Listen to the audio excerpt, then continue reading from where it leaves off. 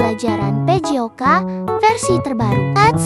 Video ini beda loh, karena dibuat dengan kecerdasan buatan atau Artificial Intelligence AI. Kenapa pakai AI?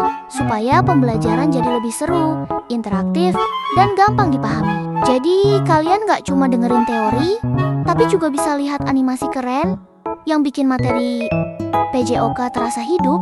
Siap-siap ya, karena kita bakal belajar tentang kebugaran jasmani, tes kesemaptaan, sampai teknik renang dengan cara yang asik banget. Yuk, kita mulai. Nah teman-teman, pernah kepikiran gak sih kenapa di sekolah kita ada tes kesemaptaan jasmani? Kayak lari 12 menit, push up, sit up, shuttle run, pokoknya yang bikin keringetan abis. Nah ternyata asal-usulnya itu keren banget loh. Dulu banget tes kesemaptaan itu muncul di dunia militer. Logikanya gini, kalau mau jadi tentara, polisi, atau penyelamat, badan harus fit dong. Bayangin kalau disuruh lari kejar musuh tapi ngos-ngosan di 100 meter, pertama akan repot. Hehehehe. Makanya, sejak zaman perang, mereka bikin standar kebugaran jasmani biar bisa ngetes kekuatan, daya tahan, kelincahan, dan kecepatan. Dari situlah muncul tes kayak push up, sit up, lari, sama blip tes yang sekarang kita kenal. Tapi jangan salah, bukan cuma militer aja yang butuh. Dunia pendidikan juga akhirnya ngadopsi tes ini. Tujuannya biar siswa-siswi kayak kita bisa tahu seberapa fit tubuh kita, dan tentu aja biar semangat olahraga makin terjaga. Jadi, kalau besok ada tes kesemaptaan, jangan mikir itu sekadar hukuman olahraga. Anggap aja kita lagi ikut tradisi panjang yang udah dipakai dari zaman tentara sampai sekarang. Keren kan? Sini saya akan menjelaskan pengertiannya. Tes BLEP juga dikenal sebagai multi-site test atau tes data, tes kebugaran jasmani yang digunakan untuk mengukur daya tahan kardiospirasi VO2 max, yaitu kemampuan jantung, paru-paru, dan otot dalam menggunakan oksigen selama aktivitas yang interaktif. Sekian pengertian yang saya sampaikan. Terima kasih. BLEP adalah kebugaran jasmani yang digunakan untuk mengukur daya tahan jantung dan paru-paru seseorang. Dalam tes ini, peserta berlari bolak-balik sejauh 20 meter mengikuti bunyi BLEP. Kecepatan bunyi semakin cepat pada setiap level, sehingga peserta harus terus menyesuaikan kecepatan larinya. 2. Skor terbaik tes BLEP. Skor pada tes BLEP dinyatakan dalam tingkat level dan jarak bolak-balik, misalnya level 10, shoot 5. Semakin tinggi level dan shoot yang dicapai, semakin baik daya tahan seseorang. 3. Tujuan latihnya diterapkan dalam hidup sehari-hari. 1. Meningkatkan daya tahan jantung dan paru-paru. 2. Membantu menjaga kebugaran fisik. 3. Meningkatkan performa olahraga dan produktivitas. 4. Menjaga kesehatan jangka panjang. 5. Membantu disiplin dan kesehatan mental. Oh iya teman-teman, pernah dengar nggak kalau mau daftar TNI atau Polri, itu ada yang namanya tes kesemaptaan jasmani? Bukan cuma formalitas loh, ini syarat wajib banget. Kenapa? Karena jadi TNI atau Polri itu kerjanya nggak bisa setengah-setengah. Mereka harus siap fisik, mental, dan stamina kapanpun dibutuhkan. Bayangin deh, kalau ada bencana, siapa yang pertama turun tangan? Atau kalau ada tugas pengamanan, siapa yang harus jaga 24 jam non-stop? Nah, jawabannya jelas. Mereka, makanya tes kesemaptaan jasmani dipakai buat ngetes daya tahan tubuh, kekuatan otot, kelincahan, dan kecepatan calon anggota. Dari lari 12 menit, push up, dan sit up, sampai shuttle run yang ngetes kelincahan, semua itu ngegambarin kesiapan fisik seseorang. Kalau skornya bagus, berarti badannya prima, siap dilatih lebih keras, dan tahan menghadapi kondisi ekstrem di lapangan. Kalau skornya jelek, ya otomatis dipertimbangkan ulang. Karena di medan tugas nggak ada kata capek dulu deh. Jadi intinya, tes kesemaptaan itu bukan buat nyusahin, tapi buat ngejaga standar, supaya yang lolos benar-benar orang yang siap jadi garda terdepan negara. Yang selanjutnya adalah manfaat seseorang melakukan kebugaran jasmani. Manfaat seseorang melakukan kebugaran jasmani sangat banyak, baik untuk tubuh, pikiran, maupun kehidupan sehari-hari. Berikut penjelasannya. Yang pertama adalah manfaat fisik, yaitu meningkatkan daya tahan tubuh, memperkuat otot dan tulang, membantu pertumbuhan dan pencegahan cedera, melancarkan peredaran darah dan pernapasan, yaitu jantung serta paru-paru bekerja lebih efisien. Selanjutnya, menjaga berat badan ideal, membakar kalori dan lemak berlebih, meningkatkan koordinasi, kelincahan, dan keseimbangan tubuh. Yang kedua adalah manfaat mental dan emosional, yaitu yang pertama mengurangi stres dan kecemasan, yaitu olahraga memicu hormon endorfin yang membuat bahagia. Yang kedua, meningkatkan konsentrasi dan fokus belajar atau bekerja. Yang ketiga, meningkatkan rasa percaya diri karena tubuh lebih segar dan bugar. Yang selanjutnya adalah manfaat dalam kehidupan sehari-hari. Yang pertama yaitu meningkatkan produktivitas karena lebih semangat dan tidak mudah lelah. Yang kedua, membentuk disiplin dan tanggung jawab karena kebugaran butuh latihan teratur. Yang ketiga yaitu meningkatkan kualitas tidur. Tubuh lebih rileks dan mudah istirahat. Yang keempat, menurunkan risiko penyakit serius seperti diabetes, hipertensi, dan penyakit jantung. Secara menyeluruh, intinya yaitu melakukan kebugaran jasmani membuat tubuh sehat, pikiran segar, dan hidup lebih berkualitas. Selanjutnya saya akan menjelaskan komponen kebugaran jasmani, yaitu bagian-bagian yang membentuk kemampuan tubuh untuk melakukan aktivitas fisik dengan baik tanpa lelah. Secara umum, komponen kebugaran jasmani dibagi menjadi dua kelompok, yaitu komponen kebugaran yang berhubungan dengan kesehatan dan yang berhubungan dengan keterampilan. Saya akan menjelaskan yang pertama, komponen yang berhubungan dengan kesehatan. Yang pertama bagi bagiannya yaitu daya tahan jantung dan paru-paru, yaitu kemampuan jantung dan paru dan pembuluh darah untuk mengirim oksigen ke seluruh tubuh saat beraktivitas. Yang kedua, kekuatan otot, yaitu kemampuan otot untuk mengerahkan tenaga maksimal dalam sekali kerja. Yang ketiga, daya tahan otot, yaitu kemampuan otot untuk bekerja terus-menerus tanpa kelelahan. Yang keempat, kelenturan, yaitu kemampuan sendi untuk bergerak dengan leluasa. Yang kelima, komposisi tubuh, yaitu perbandingan antara lemak tubuh dengan massa otot, tulang, dan air dalam tubuh. Selanjutnya saya akan menjelaskan yang kedua, komponen yang berhubungan dengan keterampilan. Bagi bagiannya seperti yang pertama, kecepatan, yaitu kemampuan bergerak dari satu tempat ke tempat lain dalam waktu singkat. Yang kedua, kelincahan, kemampuan mengubah arah gerak tubuh dengan cepat dan tepat. Yang ketiga, keseimbangan, kemampuan mempertahankan posisi tubuh agar tidak jatuh. Keempat, koordinasi, yaitu kemampuan dan menggabungkan gerak tubuh agar selaras. 5. Daya, kombinasi kekuatan dan kecepatan dalam satu gerakan kuat.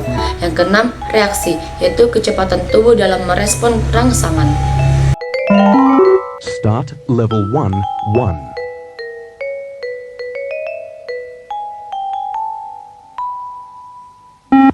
Level 1, 2.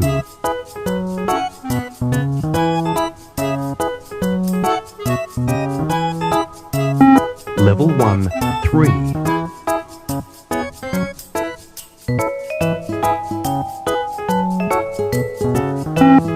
Level 1, 4.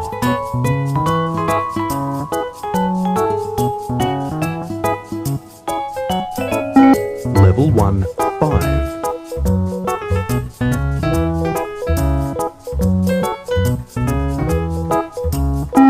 Level 1, 6.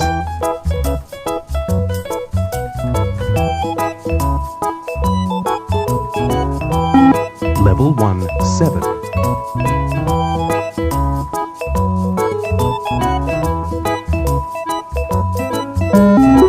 Start level 2, 1.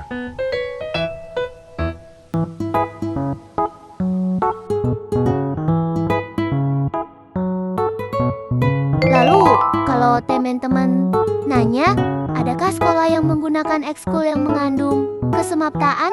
Nah, ada dong, salah satunya di sekolah kami, Seman 1 Siantar, Narumonda. Di sini, beberapa ekstrakurikuler punya hubungan erat dengan latihan kesemaptaan jasmani. Misalnya, Paskas atau pasukan pengibar sekolah. Anggota Paskas dilatih fisik dan mental supaya kuat berdiri lama, disiplin, dan tetap tegap waktu upacara, latihan push up, sit up, dan lari jadi menu wajib mereka.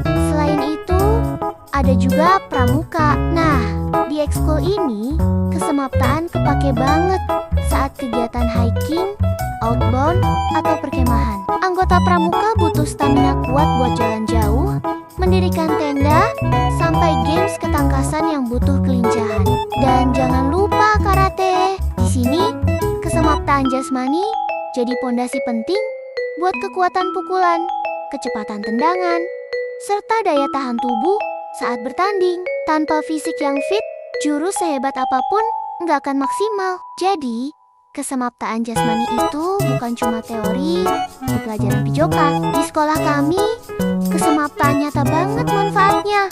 Karena dipraktekin langsung lewat berbagai ekskul. Dengan begitu, siswa nggak cuma sehat, tapi juga disiplin, tangguh, dan siap berprestasi. Setelah kita menyelesaikan materi mengenai blip test yang berfokus pada ketahanan jantung dan paru-paru saat berlari, sekarang kita akan beralih ke salah satu bentuk kesemaptaan dalam air, yaitu renang gaya punggung. Pada bagian ini, kita akan mempelajari teknik dasar, koordinasi gerakan, serta pentingnya penguasaan napas dalam menjaga efisiensi saat berenang. Yuk, kita mulai.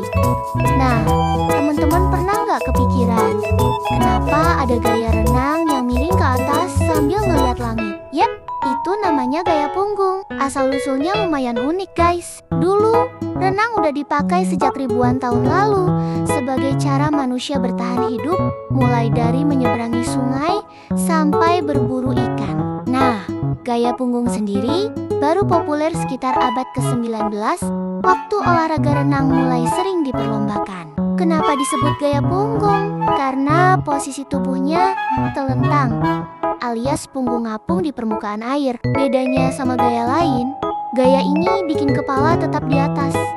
Jadi kita bisa bernafas lebih santai. Cocok banget buat orang yang pengen renang tanpa takut keminum air kolam terus-terusan.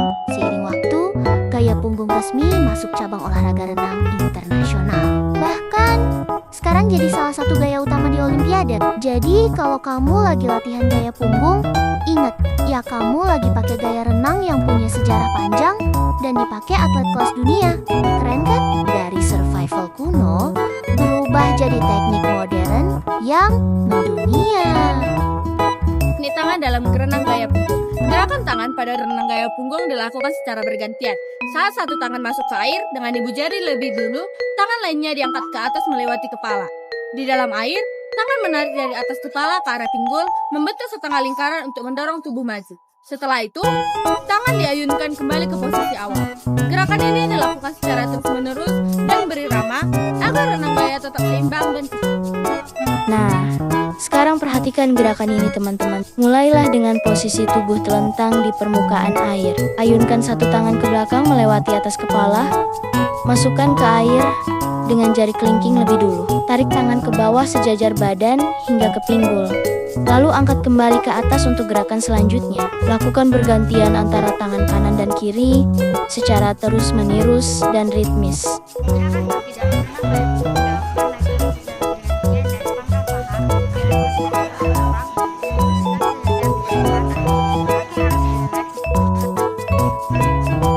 Sekarang kita lanjut ke pelaksanaan kaki gaya punggung. Posisikan kaki lurus dan rapat di permukaan air. Lakukan gerakan neck to rend dari pangkal paha, bukan dari lutut. Tendangan ke atas dilakukan kuat dan cepat, sedangkan ke bawah lebih santai. Pertahankan irama agar tubuh tetap melaju stabil di air. Teknik kepala dalam renang gaya punggung. Pertama, posisi netral. Kepala harus berada dalam posisi yang stabil dan segera atau bergoyang-goyang. Kedua, pandangan ke atas. Mata harus melihat lurus ke atas atau sedikit ke belakang ke arah langit. Yang ketiga, ketinggian air. Ketinggian air, kepala harus berada dalam tepat di bawah telinga. Keempat, berkaitan dengan posisi tubuh. Posisi kepala yang benar menjaga tulang belakang tetap lurus sehingga tubuh tetap vertikal dan di permukaan air. Kelima, menjaga badan. Menjaga kepala tetap dalam posisi netral, mengurangi hembatan air dan menjaga pinggul. Tenggelam yang baik memperlambat renang. Tenang, relaksi leher. Agar dalam posisi rileks untuk memastikan gerakan Selanjutnya, perhatikan posisi kepala pada gaya punggung. Pastikan kepala tetap menghadap ke atas dengan pandangan ke langit-langit. Jangan menunduk atau menoleh ke samping agar tubuh tetap sejajar di permukaan air. Biarkan kepala rileks dan diam, sementara gerakan berasal dari tangan dan kaki. Baiklah teman-teman, saya di sini akan menjelaskan teknik pengambilan napas dalam renang gaya punggung. Teknik pengambilan napas dalam renang gaya punggung cukup sederhana, karena posisi tubuh berenang menghadap ke atas dengan kepala tetap berada di atas permukaan air. Pengambilan napas dilakukan saat lengan sedang berputar melewati telinga atau fase istirahat, dan perenang menarik napas melalui mulut atau hidung yang berada di luar air. Kemudian, saat lengan yang lain berputar, perenang mengeluarkan napas di dalam air. Dengan demikian, perenang dapat bernapas secara terus-menerus saat berenang gaya punggung, karena posisi kepala selalu berada di atas air. Langkah teknik bernapas gaya punggung. Yang pertama, kepala tetap dalam posisi rata di atas permukaan air menghadap ke atas. Yang kedua, tarik napas melalui mulut atau hidung saat satu lengan berputar melewati telinga atau fase istirahat lengan. Yang ketiga, keluarkan napas dalam air saat lengan yang lain sedang berputar atau istirahat. Yang keempat, jaga posisi kepala agar jangan terlalu diangkat atau diturunkan agar pernapasan tetap lancar dan gerakan renang efisien. Teknik pernapasan ini membuat gaya punggung termasuk gaya renang dengan pengambilan napas paling mudah dibandingkan gaya lainnya, sebab mulut dan hidung tidak pernah tenggelam ke dalam air. Sekian dari saya, terima kasih. Oh ya guys, pernah dengar julukan The King of Backstroke? Yap, itu dia. Kenalin nih, Ryan Murphy. Perenang asal Amerika yang udah jadi legenda di dunia renang gaya punggung. Sejak masih remaja, Murphy udah ngibrit di kolam renang. Di Olimpiade Rio 2016, dia nyabet 3 medali emas cuma dengan gaya punggung. Gila nggak tuh? Nggak cuma cepat, tapi juga stabil, seperti ikan yang udah hafal semua sudut kolam. Katanya sih, rahasianya ada di teknik putaran balik super halus dan latihan konsisten tiap hari, bahkan saat lagi capek banget. Jadi kalau kamu lagi belajar gaya punggung, inget ya, bahkan sang legenda pun pernah telentang ke air buat pertama kalinya. Siapa tahu kamu bakal jadi Ryan Murphy berikutnya. Selanjutnya kita akan membahas teknik pelaksanaan yang benar terhadap renang gaya punggung. Sesuai namanya, gaya ini dilakukan dengan posisi berbaring di atas air alias menghadap ke atas. Jadi beda sekali dengan gaya bebas atau dada yang menghadap ke air. Pertama sekali kita akan membahas posisi tubuhnya. Tubuh harus rata di permukaan air. Jangan sampai bagian pinggul atau kaki turun ke bawah, karena nanti bisa bikin kamu jadi terlambat.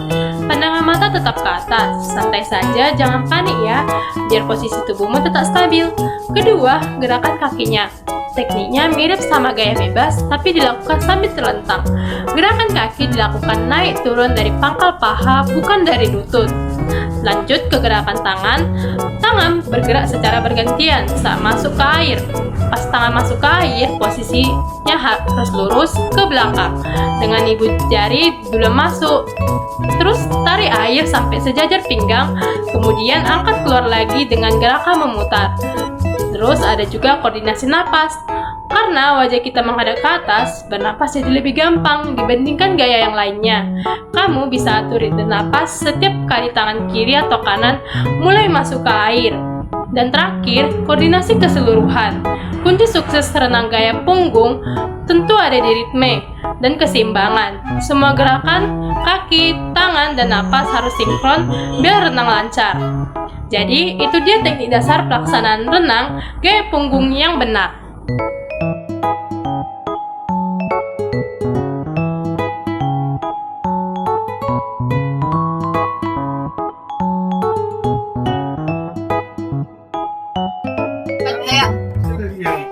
That's all from our video. We are saying thank you. Bye!